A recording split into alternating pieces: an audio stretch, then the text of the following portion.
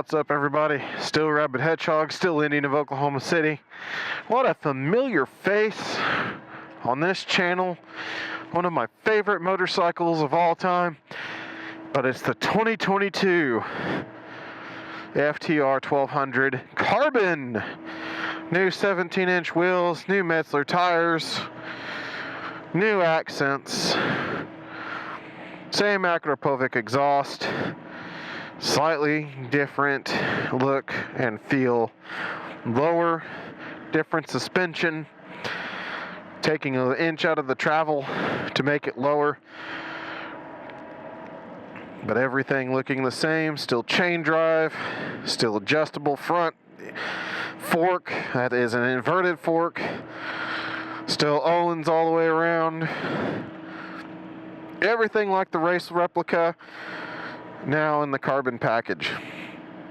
Not very many of these are going to be built. This is a newer seat. Different pattern. Actually really cool looking seat. Got the same ride command and everything up there.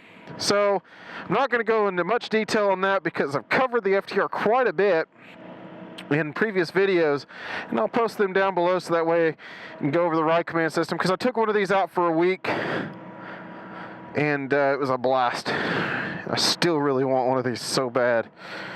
So bad. But you cannot get any more limited than this bad boy right here. These are limited edition. Only around 750 or so are going to be made. This is 000. How more limited can you get? Still got the USB port hiding under there for fast charge. Still got the same ride command screen. Like I said, I'm not going to go into too much detail on that. Just know that all the gauges and everything work the same as it did back in 2019, and 2022 is all the same. So you can flip it there. You can change your ride modes and do all that fun stuff through here. I'm going to switch that to sport mode, obviously, because I like it. And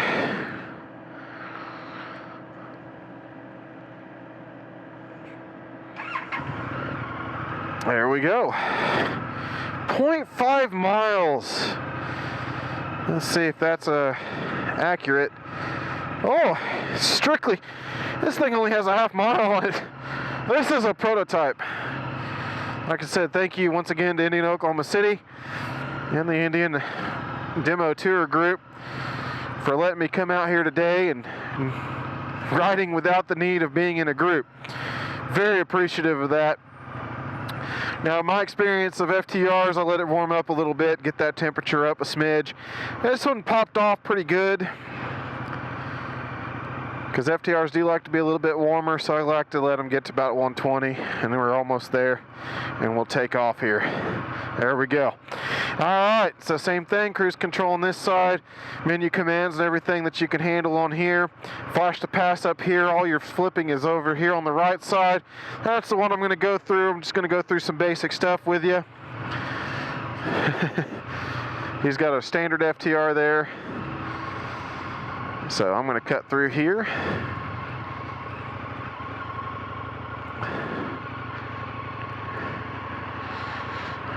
Alright, so this is the new 17-inch wheel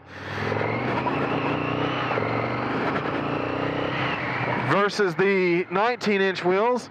New tread pattern, not the standard typical flat track pattern. So different pattern on this altogether.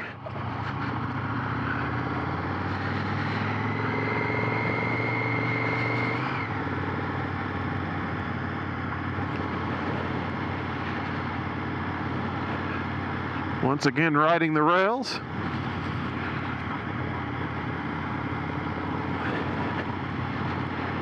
Now, I know, like I said, a lot of people complain about the FTR due to the fact that it is not a very cold-natured bike. It hates it.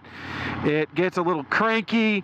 It likes to feel a little bit sluggish at times and stuff. But the thing is, this is because normal people do not handle high-performance engines all the time. You have to warm a high-performance engine up. It doesn't matter. Even if it's running lean, even if it's not the way you think it should be, you're going to have to warm it up. And you want to get it up to temperature before you get going on it. And that's just because if you don't, it's not going to work right. And that's just any high-performance engine. That's F1 cars, that's Indy cars, that's NASCARs, everything. You got to warm them up. That's why they do parade laps and stuff like that, warming up the tires and the engine and everything. High-performance stuff needs heat. And this bike is a high-performance bike.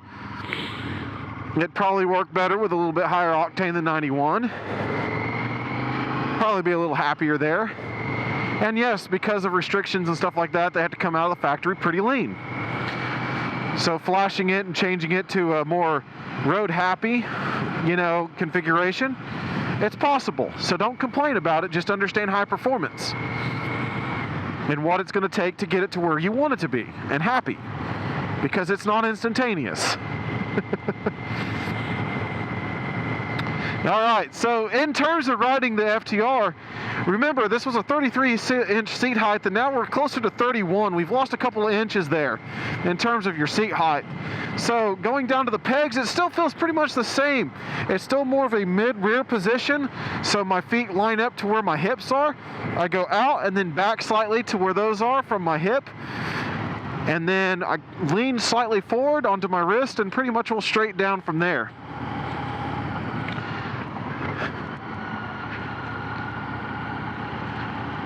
And like I said, I spent a week on this machine, put several hundred miles on it. Maybe even more than that, close to 1,000. I had a lot of fun on that bike, felt like. I don't know. Maybe, I don't know. I put a few tanks of gas in it, that's for dang sure. It is a lot of fun. So it is a very familiar bike to me. Same Brembo brakes, front and rear, twin in the front, one in the back. The bike is still very superbly balanced.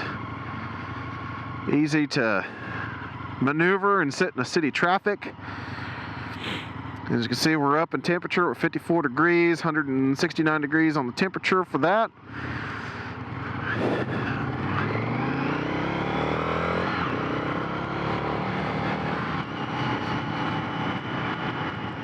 Still got all the power in the world. Now remember, this is a brand new half-mile machine, so be honest, you don't really want to flog it.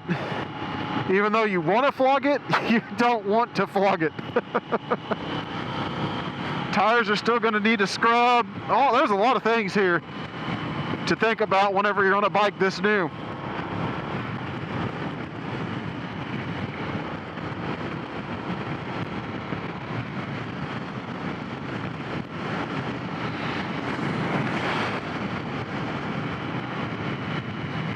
All right, back on the old familiar highway here, broken roads and everything of Oklahoma, to test out the newer suspension. It's still a piggyback reservoir in the back. Like I said, we're still inverted on the front over here.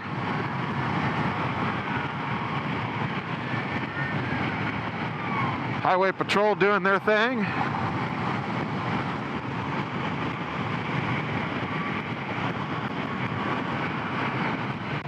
Mirror's still really good at seeing the lanes behind you. A little bit of some elbow there, but not too major. You can still see behind you pretty clearly.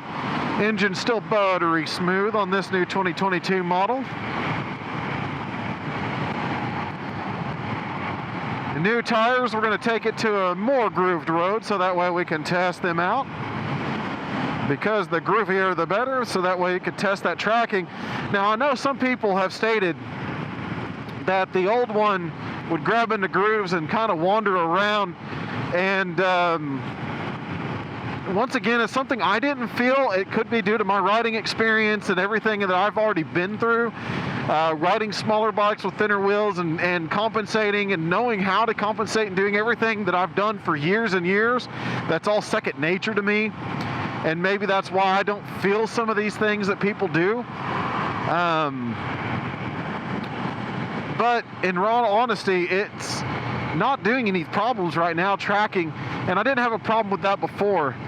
To me, it was rock steady then, and it's rock steady now. Somebody lost a mirror from the last time I was out here. Wow. I wasn't here not that long ago. Where is their mirror there now?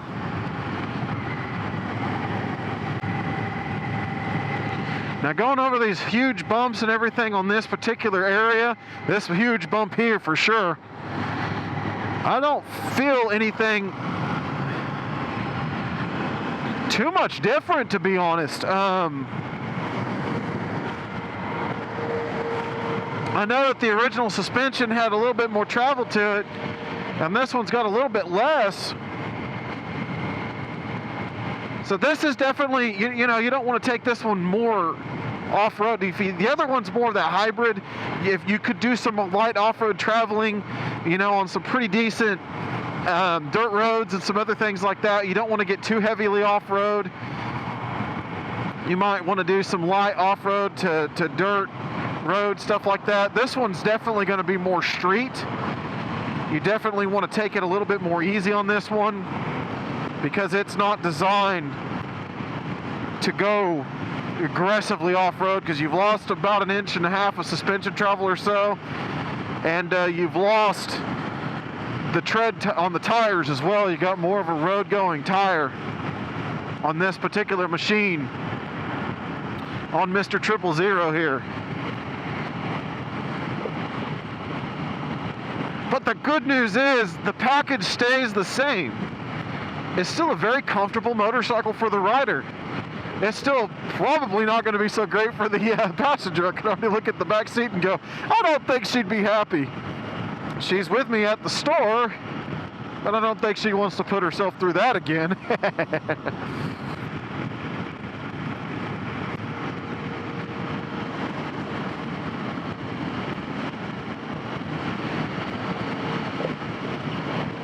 But this bike is still a very nice, competent road-going machine.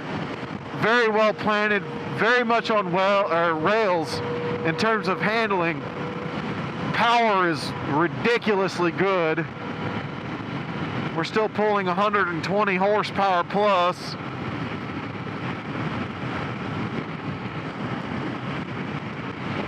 Torque figures are around 87 to 90 so. Still got some good power on this machine, nice and light, nice and flickable.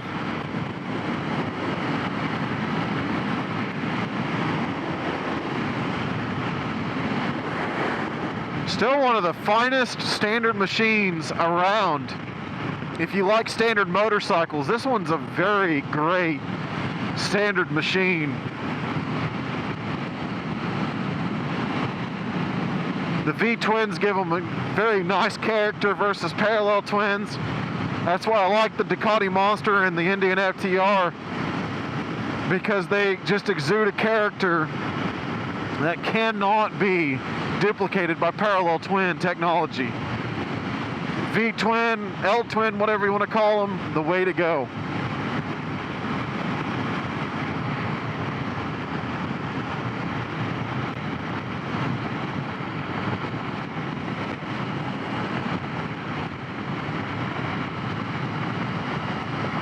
What a good ride. Going straight on into the wind right now. 20 plus mile an hour winds today. Completely naked bike. No fairings of any kind. Stable as she goes. Still one of the most stable platforms I've ever been on.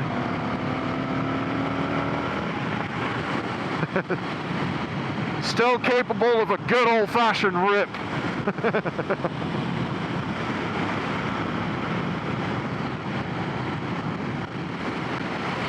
You know, I was really scared of the suspension, that when they dropped that inch and so out of it, so that way they can make that lower seat height. I was so worried that this was going to end up being a problem, that it was going to hurt the FTR, because the FTR, like I said, is one of my favorite machines. It's just such a nice ride that I would love for it to stay the way it was whenever they changed it. And so far, so good.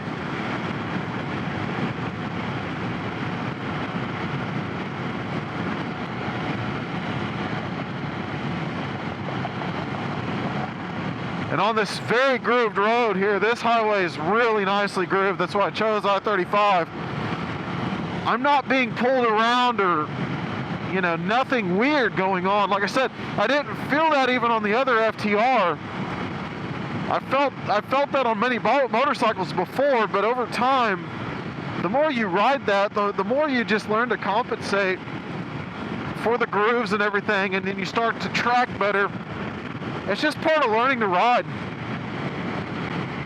And right now, there's no big problem at all on this grooved road or anything like that. The new road going tires are very grippy. These Metzlers, I can tell you they're gonna perform better than the dadgum Dunlop in a turn, but there's nothing wrong with the Dunlop tires either, but it gives this bike a little bit more bite. So it gives it a little bit more performance, a little bit more than what I had before. And we know those turns I took on the previous FTR with the old 19-inch wheels. And that bike made that look like a breeze, and I am 100% sure that I could probably get about 5 to 10 miles an hour more out of these tires in terms of the grippiness and the leaning on them, because the tread and everything on them are just that much better and a much more road-going tire.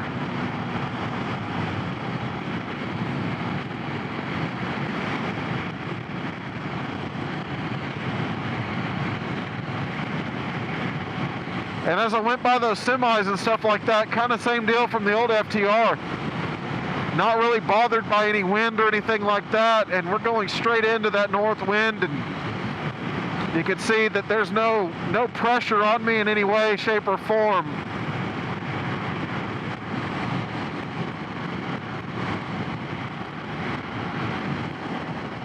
The bike just wants to ride.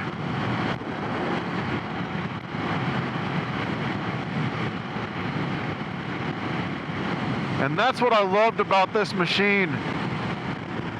It's just like psychic riding. It knows what you want to do. It feels what you want to do. And it feels like it's already starting to do it for you. It feels like it's just wanting to get going and going better.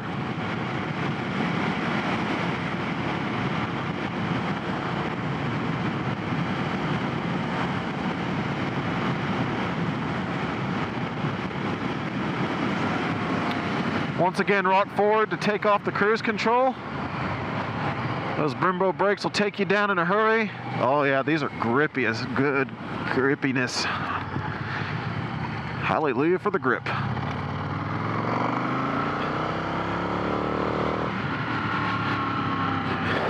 Pulls right off the old bottom end. Oh yeah, just like an FTR should. Like I said, get them warmed up first. Don't let a high-performance engine run cold. That's just wrong.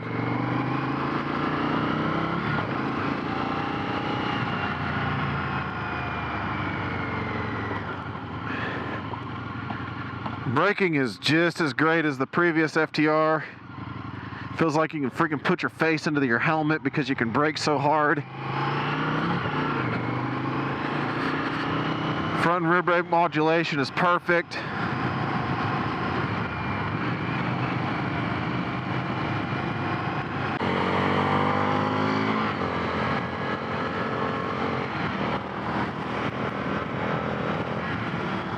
You can smell the newness of this bike starting to wear out. Oh yeah. Burn off those oils, machine oils and everything.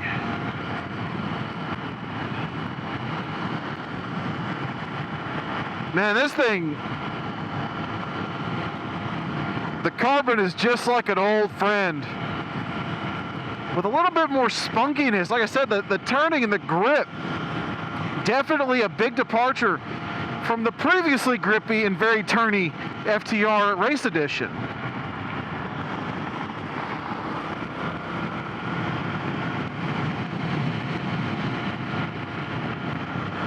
Quite a nice kit here. And like I said, the suspension is working just as good as I remember, and there's no preload adjustment See, I actually did work out some preload adjustments on the bike before. Since I was going to cake it for a week, I did actually work on that preload after a bit. And man, it was perfect. And this one, I could use a little bit of preload changing to make it mine. But the suspension is perfect for what it is right now, even. I don't mind it at all. Maybe just a little bit to handle my weight on the back side only. The front side seems to be perfect.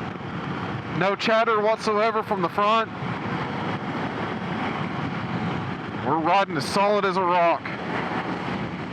Wind is now behind us.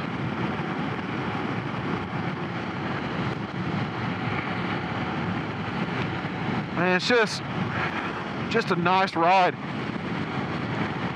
Man, I love these FTRs. Like I said, it goes against so many, like the MT10, it goes against the FZ09 even. It will go against, you know, the Ducati Monster, the Speed Triples, and some of the other nakeds. And I'm telling you, it's just as exciting as those. And like I said, I prefer the Monster and the FTR for the sheer fact that these V-twins are just so much more character than triples and parallels and inlines and all that fun stuff, because there's just so much character and so much grunt and happiness in these things. Heck, let's throw the Griso in there, because that's my three favorite motorcycles in terms of being a standard twin is going to be the FTR, the Griso, and the Monster. All to me a very equal package to each other. The Monster being the high-end, has everything, well-known machine. The FTR, high-end, everything machine, can do everything kind of deal. Great machine, great ride. And I showed off the utility. I strapped on a seat to the back of that FTR because I carried a Chieftain seat home with me on it. You know, took it grocery shopping, did all this stuff with that FTR. Great machine for that. Great machine for in and around town. Great machine for, you know, long-term commuting. Great machine to carve a canyon. That's what the Monsters do. That's what the Griso is just as fun, but that's more of that. I want a simple motorcycle that's as reliable as a sack of hammers. That's just as fun as a barrel of monkeys. That's what you get with a Griso, and this one's more sophisticated. So is the Monster. So this is the sophisticated version. But just the response of the engine is quickly becoming one of my favorite engines, if not my favorite engine now. Because the 1200 versus the 1130. The 1130 is just a little bit gutless in my opinion. Just a little. I know that's weird to say, but after you ride one of these for a decent amount of time, that 100 horsepower, when you know this can go up to 120 by just a smidge more, you start to prefer the FTR's performance and torque and the way it spins up and everything. Hitting that 9,000 RPM red line. Right now we're performing about 3,700 RPM to do 65 miles an hour in 6th gear, so you don't rotate a smaller engine that much. Even to get up to 70, you're only adding to about 38 to 3,900. You know, you're not adding very much rotational into that. It's just happy. It's just a happy little engine, and it's a very smooth operating engine. And it's got so much power to it. I love riding it in sport mode. I don't know. I just don't care. I just want full power at all times. And of course you have rain and all that stuff you can put it in. See, rain standard and sport. But like I said, go if you want more detail, see my week-long review of the FTR. But this is a great bike, and I'm so glad to ride it, and it doesn't have anything taken away from it. It's still the FTR. It's still that great riding machine. Still comfy for the rider. Don't feel much heat coming off of it, but the wind to my back, the heat's kind of blown off and away, so I don't feel anything coming out of it at all. Just a pleasant ride.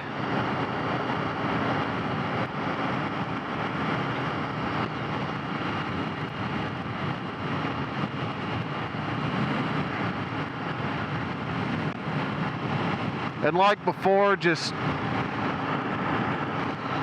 man, I wish I had one of these. Every time I ride one, I just start getting focused and want to just ride and ride and ride and enjoy, because it really is that kind of machine. It's just one that you can get lost in. Indian, if you ever watch my videos, with this being 000, it's either destined to be taken apart by students of your technician school or crushed or anything like that, because they don't allow prototypes like this on the regular market. If you could just donate it to a small YouTube channel in Oklahoma for a long-term ride, I wouldn't feel sad or hurt by that decision whatsoever. I would be more hurt to see this bike torn apart by new technicians and or scrapped because it's, you know, because it's a demo unit. That would be more sad to me than you know, allowing me to have it for a press bike for a long term or anything like that. You get it, girl. You get it. So yeah, please, Indian. If you actually listen and watch my videos, I would take this off your hands for a nice long-term, everyday rider perspective of it. Just saying. You won't hurt my feelings.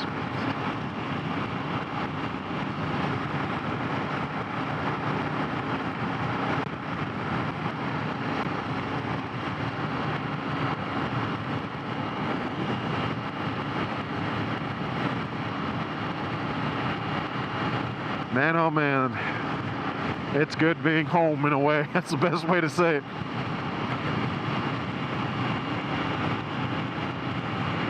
Know this bike so well.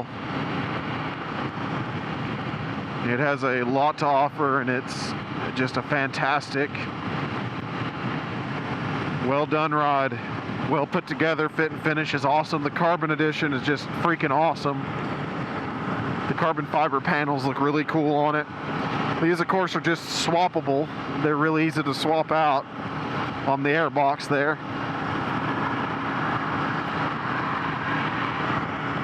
But love the way it looks. You guys in Europe got to have this bike long before we did. This is our first year with it.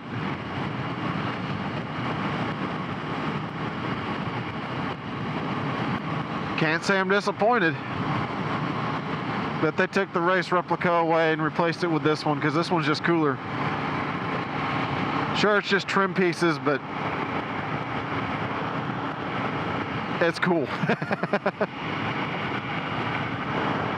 So at any rate, this is the Rabid Hedgehog, and once again, this is the ride of the 2022 Indian FTR Carbon. New changes, 17-inch wheels versus 19, new rubber from Metzler versus Dunlop, Carbon Edition versus Race Edition,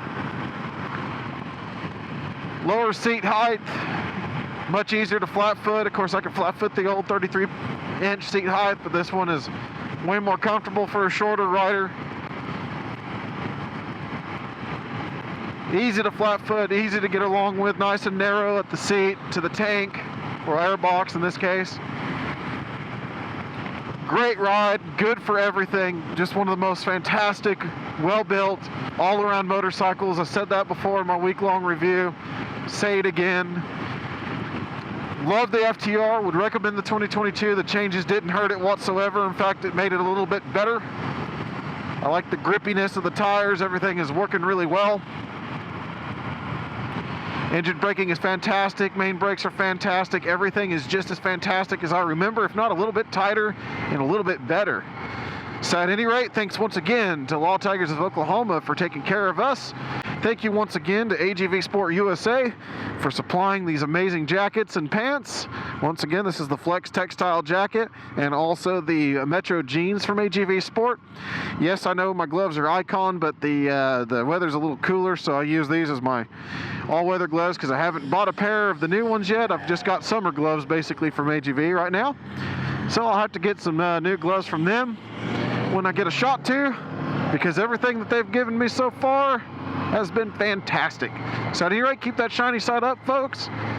Thank Indian of Oklahoma City and Indian Motorcycles for allowing this to happen once again. Once again, not a paid representative of either company, just a madman with an opinion who rides every day. Keep that shiny side up, folks. We'll catch you on the next review.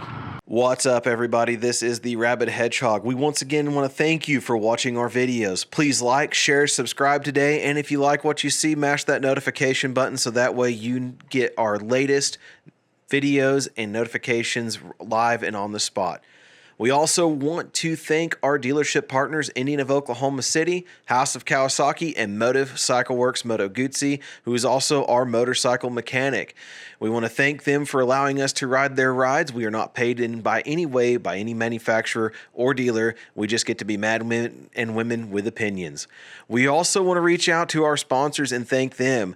We have Law Tigers Motorcycle Lawyers.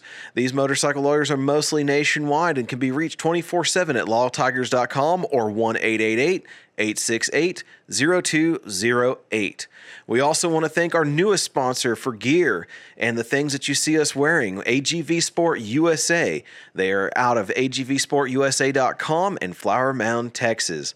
We also want to thank Doug Crawford and AMS Oil for protecting our machines with the latest in lubrication technologies. He can be found at usasynthetics.com or 405-388-6170. And also for Derek Enloe and Associates Insurance Company, he can be found at 405-261-1010. Once again, everybody, keep that shiny side up, and we'll catch you on the next ride.